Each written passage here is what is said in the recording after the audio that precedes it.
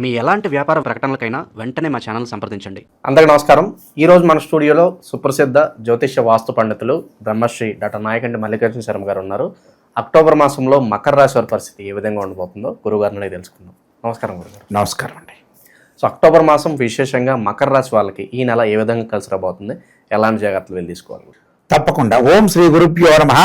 ఓం శ్రీ మహాగణాధిపతియే నమః.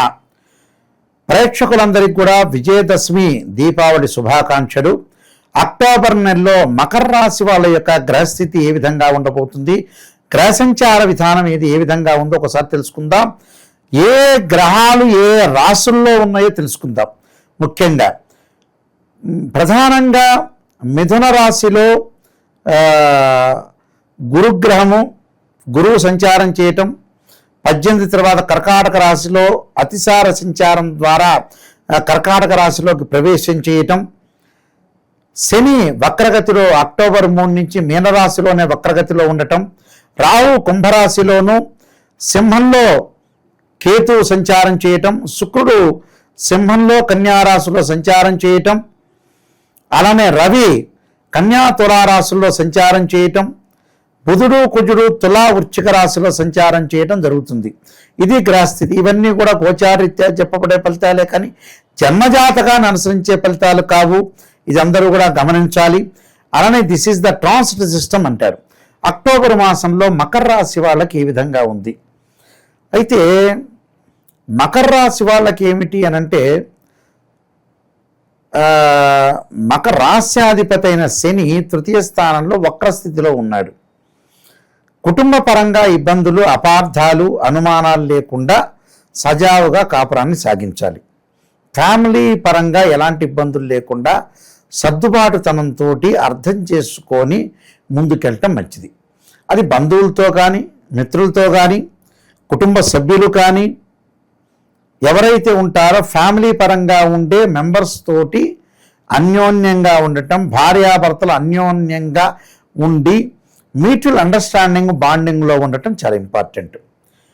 అలానే రాహు యొక్క ప్రభావం.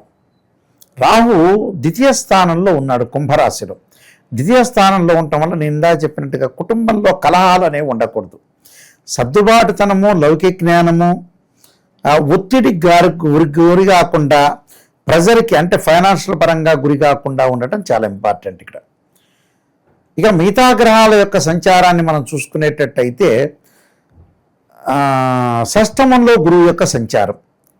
షష్టమంలో గురువు అంటే ఏంటంటే వ్యయాధిపతి, తృతీయాధిపతి అయిన గురువు 6వ స్థానంలో ఉంటాడు మిథున రాశిలో 18వ తారీఖు వరకు. 7వ స్థానంలో వస్తే మంచివాడు. మిగతా 12 రోజులు చాలా మంచివాడు. మిగతా అంటే మొట్టమొదటి 18 రోజులు బాగుండాడు. 18 తర్వాత 19వ తారీఖు నుంచి రమారమి 12 రోజులు బాగుంటాడు. అప్పుడు వివాహ ప్రయత్నాలు సఫలీకృతం కావటం, ఫైనాన్షియల్ పరంగా డెవలప్మెంట్స్, ఆకస్మికంగా ధనలాభం, వీళ్ళు ఎవరికి డబ్బులు ఇచ్చినా కూడా మళ్ళీ తిరిగి వచ్చే సూచనలనే ఉంటాయి. అంటే వృత్తి, ఉద్యోగ, వ్యాపార రంగాల్లో వీళ్ళకి అనుకూలంగా ఉంటుంది. ఫైనాన్షియల్ పరంగా అద్భుతంగా ఉండే అవకాశాలు ఉంటాయి చివరి 12 రోజులు మాత్రం. ఇక మిగతావి ఎలా ఉండబోతున్నాయి అని మనం చూసుకునేటట్టయితే శుక్రగ్రహం అనేది అనుకూలంగా ఉంటుంది. ఎందుకంటే శుక్రగ్రహము పంచమాధిపతి అయిన శుక్రుడు వీళ్ళకి సింహకన్య రాశుల్లో సంచారం చేస్తాడు.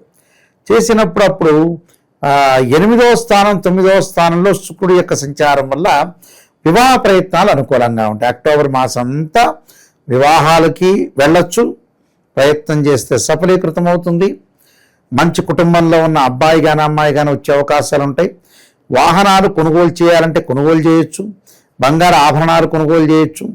బట్టలు కొనుగోలు చేయొచ్చు. ఇక మిగతా వాటికనే లగ్జరీ ఐటమ్స్ ఏవైతే కొనుగోలు చేయాలనుకున్నాం అవన్నీ కొనుగోలు చేయొచ్చు.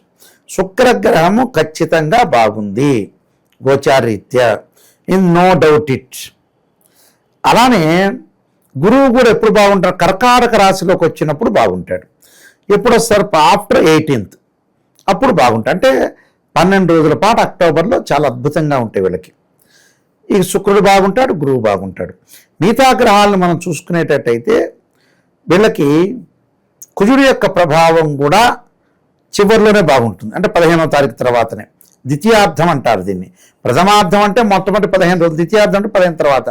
అప్పుడు కుజుడు బాగుంటాడు కాబట్టి ఇళ్ళు వాహనాలు కొనుగోలు చేయొచ్చు, అగ్రికల్చర్ ల్యాండ్, అలానే కోర్టు సమస్యలు పరిష్కారం కావటం, ప్రతి తగాదలు గొడవలు తగ్గే అవకాశాలు ఎక్కువ ఉండటం, బంధుమిత్రులతోటి అనుకూలంగా ఉంటాం, మిత్రులతోటి కూడా స్నేహబంధం బాగా పెరగటం, శత్రువులు మిత్రులుగా అయ్యే అవకాశాలు బాగా ఎక్కువ ఉంటాయి. కాబట్టి అనుకూలంగా ఉంటుందని చెప్పుకోవచ్చు, పెద్ద విషయం ఏం కాదు. అలానే రవి యొక్క ప్రభావం, బుధుడి యొక్క ప్రభావం, రవి బుధులు కూడా ఉంటారు. రవి బుధుల యొక్క ప్రభావం కూడా అనుకూలంగా ఉండి నిరుద్యోగులకు ఉద్యోగ అవకాశాలు బాగా ఎక్కువ వస్తాయి. నిరుద్యోగ ఉద్యోగ అవకాశాలే కాకుండా వాళ్ళు ఏదైతే ఎక్స్పెక్ట్ చేస్తున్నారో దానికంటే ఎక్కువగా మంచి జాబ్ వచ్చే అవకాశాలు ఎక్కువ ఉంటాయి. కాబట్టి మంచి జాబ్ వచ్చే అవకాశం బాగా ఎక్కువ ఉంటుంది. అనుకున్న ప్రయత్నాలన్నీ కూడా సఫలీకృతం అవుతాయి. అనుకున్న ప్రయత్నాలు సఫలీకృతం కావటం ఒకటి, ప్రతిదానిలో కూడా విజయం సాధించే అవకాశాలు, అనవసరమైన విషయాలకు ముందుకు వెళ్లకుండా ప్రతి పనిలో కూడా విజయం సాధించే అవకాశాలు ఉంటాయి. కాబట్టి టోటల్గా వాళ్ళకి అనుకూలంగా ఉండే అవకాశాలు ఎక్కువ ఉంటాయి. కేతు వల్ల కూడా తీర్థయాత్రలు, పుణ్యక్షేత్రాలు, నదీ స్థానాలు, సముద్ర స్థానాలు, పుణ్యక్షేత్రాలకి దర్శనం చేసుకునే అవకాశాలు ఎక్కువ ఉంటాయి. విద్యార్థులకు కూడా అక్టోబర్ 18 నుంచి బాగుంటుంది. 18 వరకు ఏంటంటే బాగల ఈ సంవత్సరం అక్టోబర్ 18 నుంచి కొన్నాళ్ళ వరకు బాగుంటుంది. వేరే వ్యాపకాల మీద తగ్గించుకొని చదువు మీద కాన్సన్ట్రేషన్ చేసే అవకాశాలు బాగా ఎక్కువ ఉంటాయి. విద్య అనేది చాలా ఇంపార్టెంట్ కాబట్టి విద్య ఎందు అనుకూలంగా ఉండే అవకాశాలు ఖచ్చితంగా ఉంటుంది. కాబట్టి మిగతా గ్రహాల యొక్క ప్రభావం వల్ల కూడా స్త్రీలు గతంలో ఏదైతే చదువును కానీ ఒక వ్యాపారాన్ని కానీ ఉద్యోగాన్ని కానీ వదిలేసిన వ్యక్తులు మళ్ళీ అలాంటివన్నీ కూడా ప్రారంభం చేయాలని, భర్తకి సపోర్ట్ ఉండాలి ఉద్దేశంతో ఇవన్నీ ప్రారంభం చేసే అవకాశాలు కూడా ఎక్కువగా ఉంటాయి. మంచి సుపరిణామం చెప్పుకోవచ్చు. ఇంటిలో గృహ ఉపకరణ వస్తువులు కొనుగోలు చేసే అవకాశాలు, ఇంటిని కన్స్ట్రక్షన్ చేసే అవకాశాలు కూడా ఉంటాయి. ఇల్లు మీద ఇల్లు కన్స్ట్రక్షన్ చేయటం, పొలాలు, ఇల్లు కొనుగోలు చేయటం ఒకటి, అలానే కెమికల్ కంపెనీస్ పెట్టడం, స్మాల్ స్కేల్ ఇండస్ట్రీ రంగంలో దిగే అవకాశాలు కూడా బాగా ఎక్కువ ఉంటాయి. ఉద్యోగపరంగా కూడా అనుకూలంగా ఉంటుంది. విదేశీ ప్రయత్నాలు కూడా కొంత ముందుకొచ్చే అవకాశం, సఫలీకృతం కావు కానీ బట్ ముందుకొచ్చే అవకాశాలు ఎక్కువ ఉంటాయి. అంటే టోటల్గా వీళ్ళకి మకర రాశి వాళ్ళకి మనం కష్టపడితే మంచి ఫలితాలు వచ్చే అవకాశం ఉంటుంది. కష్టపడిన దానికి కూడా లౌకిక జ్ఞానంతో కష్టపడాలి. ఏది మంచి చేస్తున్నాం, ఏది చెడు చేస్తున్నాం అని కూడా తెలుసుకోవాలి. చాలామంది కూడా ఏం చేస్తారంటే రాశి ఫలితాలు చెప్పినప్పుడు కొన్ని మంచి సలహాలు ఇచ్చినప్పుడు ఆ సలహాల బాటలో వెళ్ళాలండి. ఈ సలహాల బాటలో వెళ్లకుండా జ్ఞానం కలగదు. ఎక్కడ జ్ఞానం కలగదు? వృద్ధాప్యం వచ్చేటప్పటికల్లా ఒక అమ్మాయి పెళ్లి చేయాలి, అబ్బాయి పెళ్లి చేయాలి, వాళ్ళ జాతకాలు ఏంటి, వాళ్ళ జీవితం ఎలా ఉండబోతుంది, భవిష్యత్తు ఎలా ఉండబోతుంది, వాళ్ళు ఎలాంటి చదువులు చదువుతారు, వాళ్ళ యొక్క ఆరోగ్య పరిస్థితులు ఏంటి, మన ఆరోగ్య పరిస్థితులు ఏంటి, మనం ఎంతవరకు జ్ఞానం కలిగి ఉన్నామని ఎవరు వాళ్ళు అంచనా వేసుకోవాలి. ఏది నమ్మాలో ఏది నమ్మకూడదో ఆలోచన సరళే ముఖ్యం. అలాంటి ఆలోచన సరళితోటి ముందుకు వెళ్ళి ఏది వెనక్కి చేయాలి, ఏది ముందు చేయాలి, ఎక్కడ వరకు మనకు మిస్టేక్ జరిగింది ఆ మిస్టేక్ను మనం సవరణ చేసుకుని ముందుకు వెళ్ళాలి. స్త్రీయ లోపం పెరుగుటే పెద్ద విద్య, లోపం ఎరిగిన వాడే పూర్ణుడవుతాడు. మన వాళ్ళకి ఏంటంటే ఒకడు బాగుపడుతున్నాడంటే ఓర్చలేడు. వాడి కష్టం వాడు పడుతున్నాడు, వాడు కష్టపడితేనే బాగుపడతాడు, కష్టం లేకపోతే బాగుపడ్డు కదా. మనమేం వాడికి ఏం డబ్బులు ఇవ్వట్లేదు కదా. వార్చలేనితనం, ఈర్ష్యాద్వేషాలతోటి రగిలిపోతున్నారు జనాలు, ప్రజలు. ఎవరి విషయంలో కూడా ముందు వెనక పనులు చేయలేకపోవటం.